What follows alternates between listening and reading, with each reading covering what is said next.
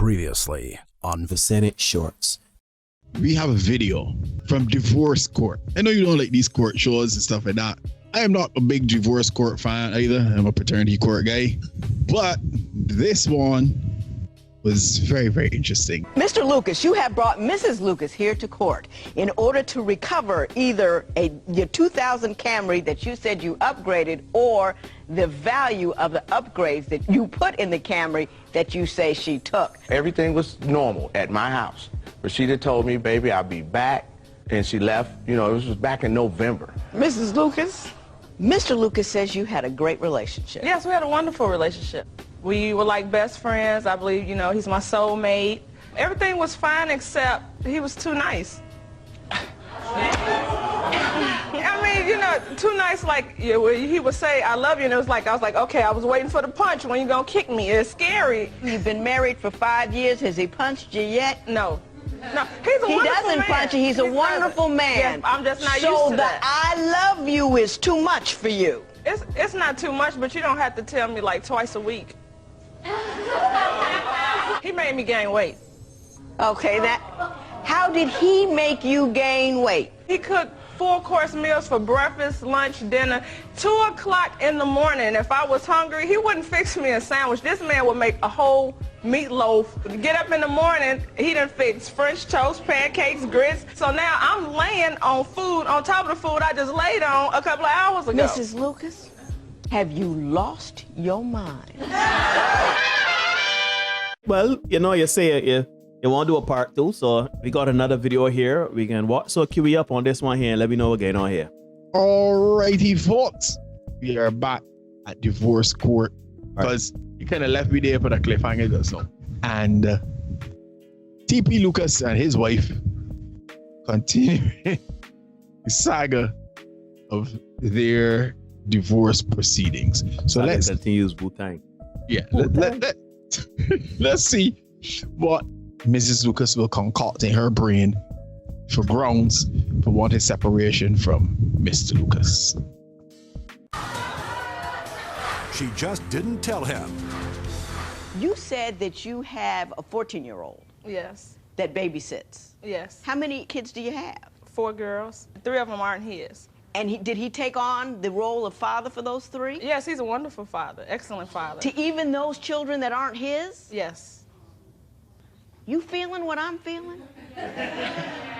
So. You still want to be with her, don't you, Mr. Lucas? I'm still suffering from separation anxiety. It just don't make sense, because there was nothing wrong. I mean, if someone gave me everything that I wanted, which she did, and I was giving her in return, where are you going? Where are you going? Crazy. And That's what do where she you going. expect to find when you get there? What are you going to do about you have a 1-year-old together? Absolutely. And she ain't even on the bottle no more. Do you see what I'm saying? One, and You no, have you her? need the bottle. Yes, I have her. Ain't nobody taking my baby nowhere. You don't have your 1-year-old? No, he wouldn't let me. He's very overprotective Well, how does of the her. 14-year-old babysit the 1-year-old you don't have? No, the 14-year-old babysits my 8 and 5-year-old. Mr. Lucas, you've came here for the return of a car. Why don't you explain that to me? Let me take a good question. Right? Yes, my brother. Talk to me, man. No. What I will say is I vaguely remember the first part of this, right? Mm-hmm. I never this part is heard new. this part. This man, look at this woman and she 3 children. Her 3 children. Cook, clean, make sure everybody good. She saying this man too nice. Take out the my car and drive it. Left your 14-year-old to babysit the 8 and 5 So this woman is a selfish. for the streets. She belongs to the streets. It's all about her, what she want, what she need, right? It has nothing to do about the family and the commitment to their vows. I can talk about this a little further, but I want to get a little deeper because I'm intrigued now. I never heard about this part. It's like I had to go and search for this part. The first part that was been circulating for a while, but this part I had to go and look for. So give me a like. See my man's get the investigative journalism. Give me a like for that, man. When she left in November, tell she me took the about car. when she left, because I'm not understanding Well, when how I this called thing actually when she ended. left, I didn't, pay any attention until it started getting kind of late. I called her. She told me she was at her sister's house, and that's where she's gonna be. And she hung up the phone. You're telling me she left like she was gonna go get some groceries, right? But was leaving you. She left like she was. She said her exact words was, "I'll be right back." This is the first time I done seen this woman since November. Mrs. Lucas. God damn. Give me that version of the I'll be right back story.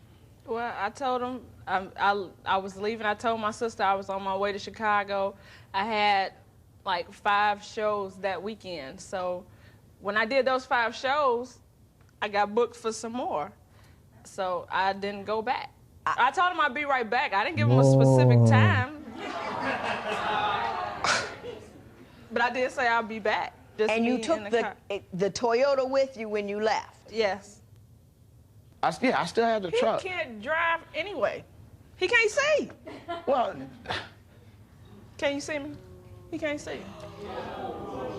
On what universe do you believe that's funny? It's not funny, but I mean, he can't drive anyway. And he gave me the car as a gift.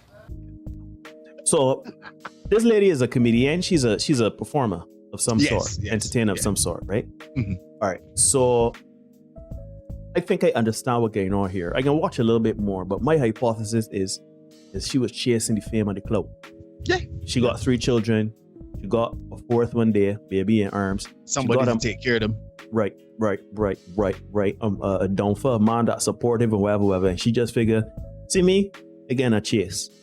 Again a chase. And it kind of explains why she married him. Yeah. But she knows that he's a solid guy. Yeah, stand up fella. He ain't gonna get vexed and he say, well, look, I'm done with this here. But not just like that. It can take a lot for him to get to the point where he can say, look, I'm done with this here. Yeah. Then she got to come home and deal with children. Yeah, and I also want to say the fact that she there waving talking about her one, can you see me? Can you see me? Yeah. She got respect for you. Yeah, she ain't a good. She ain't a good. She got respect for you. Yeah, none at all. None. She free to heal like that. Yeah. So this done. I sorry, Mr. Lucas, but anyhow, we got here. We in it. So let me go. Hey, you can't respect this man at home. That's one thing. But while you in here, you will respect him, and you will not make fun of the fact that he cannot sing.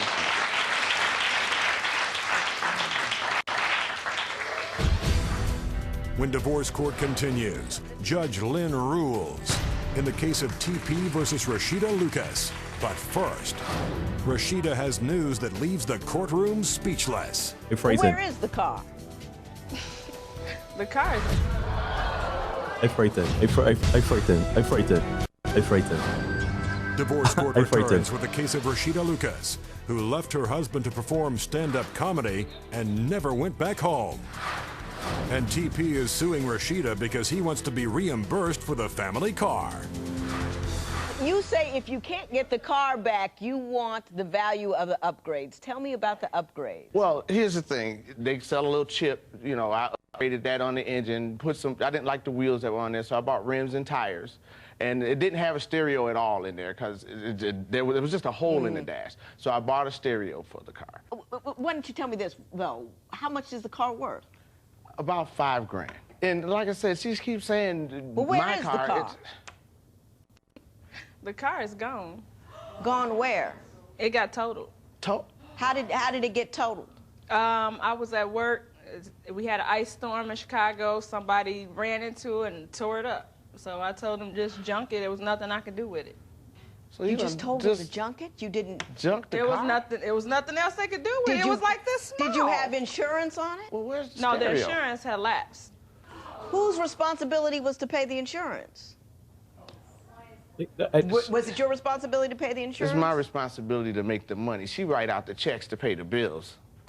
At least she used to. Was there money to pay the insurance? It was money to pay the insurance, but I wasn't in Wisconsin anymore. He could have did that while he was there. Pause the video. Pause.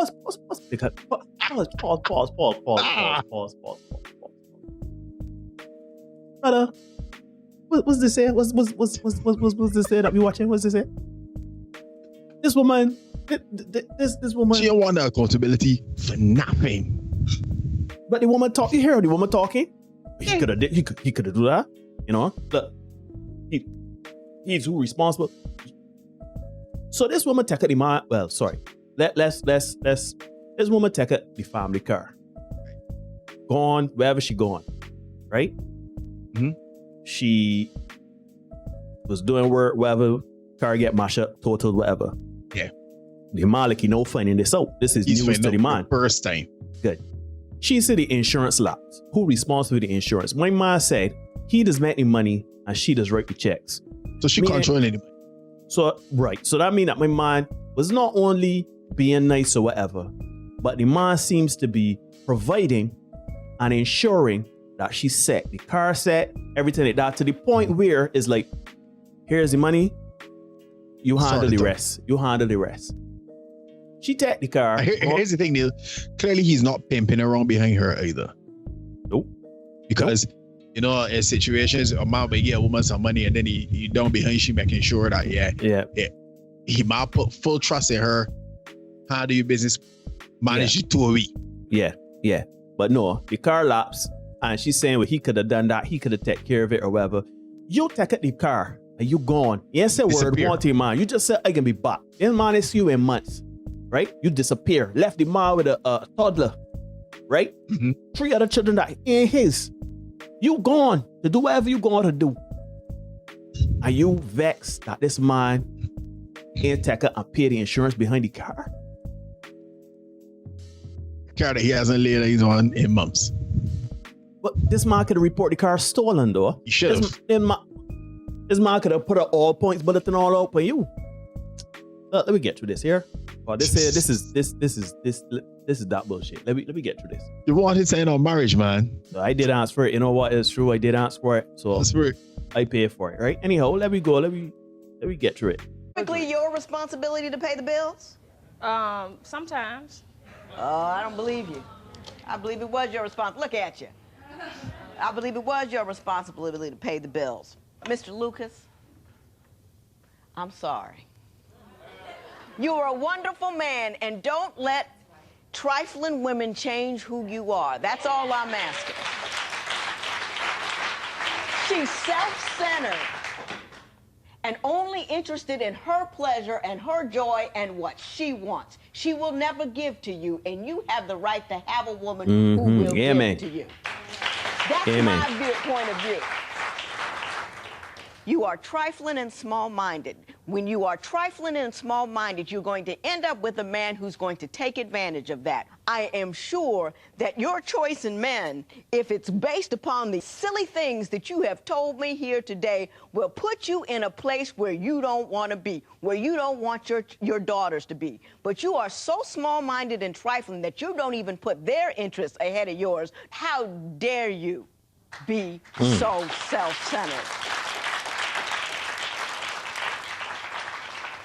Normally, what occurs in a marriage is one person has the courtesy to tell the other person that they are leaving. At that point in time, they take the assets and they divide the assets between the two of them, and each of them takes half value at the assets. What you did, however, was dissipate an asset. In other words, what you did was you took one without his knowledge, absconded with it, and then, because of your failure to keep insurance on it, that asset was lost.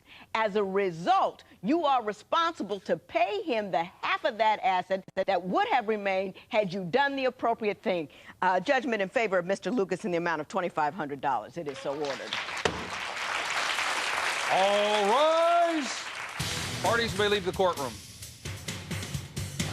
Well, the kids miss you. I miss my baby. Just come back to Chicago. You come to Chicago, we can make it work. I don't know.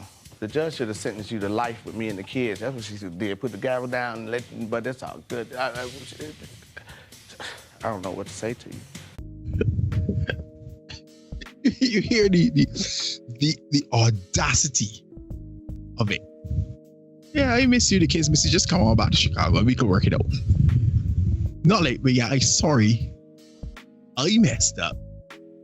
So, you know, there's something to be said for humility. I believe so. There's something to be said for humility, for accountability. Saying, look, I mess up, my bad, mea culpa. And like, yeah, I can make this work. I can make it right. Give me a chance to make it right. Now, not this moment. I miss you, the children miss you because we're back home. So, let me be clear, right? First things first, we in this space, right? When a lot of people think that we bash women, that we're misogynistic or everything like that. It's not the case. That's not the case. Part of it is we want men to understand that there are bad women out there. There are good women out there. We understand that. We've always said that. We acknowledge that there are good women and good men out there. Our content is not necessarily for the good men and women or geared toward people, men and women that got it together, got the relationships together and everything like that, right? Our content is more so, not saying that you can't share it with your married friends or whatever, but the point is our content is geared toward the men that are out there that are now looking to see if they could find a woman, find a relationship, or, women, they're looking to find a partner, everything like that, right? This is for us. Consider us a radar for bad people, so you can avoid them and sidestep them. Just don't engage them. This is a perfect example of a bad woman. A bad woman. Sorry, because I said this today. Not a bad woman, a bad partner. I don't know her personally. I don't know her. I don't know her day to day. She could feed the homeless. She could take communion at church. She might be a saint, but she is not a good partner.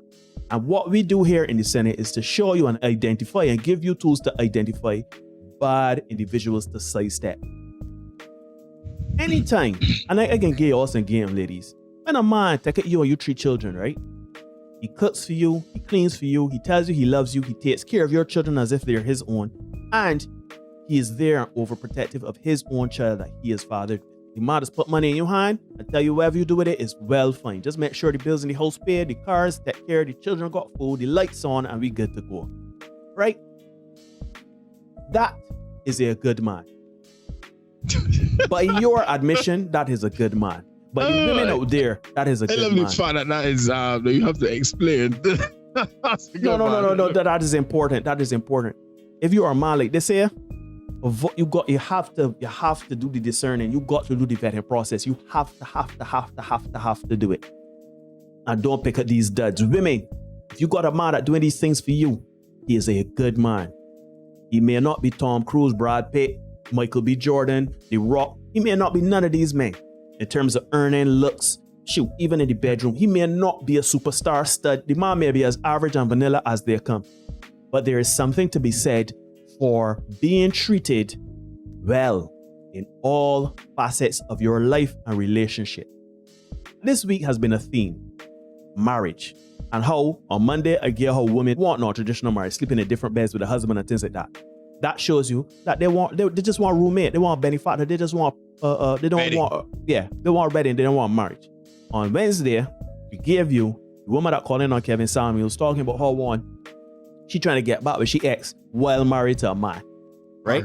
And now we have a woman that has a good man and decide to take a 6 for 9 and do bear jump. The reason why we bring this content is not even to tell you that women ain't good. That's far from what we are telling you. We are telling you it is important to see these kinds of women and these types of attitude and sidestep them. So they got women out there that want to be married and want to be in the position of the pipe fitter, want to be in the position of my man, Mr. TP Lucas, that want to lay down next to the wife and want to go through life and do things, right? In our own personal life, we know men that are going through a similar thing as TP Lucas, not to the extent of that, but the point is these are good men. And the women say take up women with children and provide for them and that. Yeah, he ain't doing enough. He ain't doing enough. It's the cry from the woman, so let me get divorced, right? In my opinion, I want everybody to understand that it is important to vet and move with intention. Men, we are the one that control access to relationships. That end, don't get vexed at me and say that's misogynistic. What women is also that? We control access to relationships. Therefore, it is incumbent upon us to make the right decision, because you don't want to end up in divorce court. You don't want to end up in situations where you feel like you poured in your all and the woman take a 6 for 9 and see you ain't do enough. You don't want those situations. You want to be married until death do you part. Women, if you have a good man, all of this stupidness that you're seeing on social media and about non-traditional marriage, and I could do all by myself and I could be a go-getter and it's a partnership and it's 50-50 and all this BS. No, it's 100% and 100% that goes into a marriage, right? My 100% is not going to look like your 100%. It cannot. It will not, because I am a man and you're a woman. I'm not saying that necessarily means you're relegated to certain roles or I am relegated to certain roles. No, it means that we both are putting in to foster our relationship and our commitment to our family, our love, and our marriage. If you are not willing to put in, and this goes for men and women now, if you are not willing to put in that 100% commitment from your end, do not get married. We encourage marriage. We know that there are good women. We personally know good women and good men. But you have to vet and use your head. You got a good man, hold on to the good man. You got a good woman, hold on to the good woman. Because yes, it look good in your 20s and 30s and you can say, I still got a little left in the tank. I can still do all by myself and this is next. But 30 just turn into 60 real fast. And when you had at 30, you ain't getting at 60. You'll be lucky to get at 60. So please, use our content as discernment. Look at it as a cautionary tale. And say, you know what? Let me choose a partner that makes sense and that could fit into my worldview and fit into the understanding of commitment and marriage that I have and the values that I have. But don't get together with women or these men that look good only or got money only or whatever. Look at the person, look at the character, look at the mindset. Please. Because I'm tired of covering this content. I mean, I'm grateful to come and do this for you, my brother. It's not like that, but you know what I mean? Like, the absurdity of it. It's just ridiculous. I think people are not aware. You would think that it would be, but considering how many episodes of this we've done, but people are not aware of how many people operate like this. People like to think that these things are one-offs and that these are abnormals and the outliers and stuff like that. But nah, these are not anomalies. These are things that happen every day. Some are more extreme than others. But you see, there are people operating like this. There are women who tell you straight, this man too nice. I can't deal with this man. They want danger, excitement. Yeah, danger, right? So, fellas, to Neil's point, when you see you got a vet, one way to vet is ask yourself who you're getting, right? Ask yourself who you're getting. If you can get a package deal, make sure you get the deal part too. Don't just take out a package. Make sure you get the deal part. Because he got a package. Mr. Lucas got a package. She, 3 children that weren't his. He cooking and cleaning, wash, starch, and iron, as he will people tell you. What will he get back in return? Nothing! She take up the car and have a score with it. Out. Poor fella, he ain't going to ice. Yeah, see, she make his sport to die in court. So what has Mr. Lucas gotten out of it? Right? If you associate with people that do not have anything, you end up just like them. Right? So this is Mr. Lucas' fault. This is Mr. Lucas' fault. It is. Because he ain't had no right in this position to start. By the time he realized that the relationship was one-way traffic and he was the only person doing any giving, and all he was getting back was a little bit of sex, he should have cut that off ever since. So fellas, learn from Mr. Lucas. If you realize that your investment is not giving you any returns, cut your losses and punch out. Folks, this has been another Senate Short. Let us know what you think about this one in the comment section. Like, share, subscribe, hit the notification bell to ensure that you do not miss any of the content we got coming for you. We are going to see you guys again very soon. It's a contaminated environment. And the tutu's about that.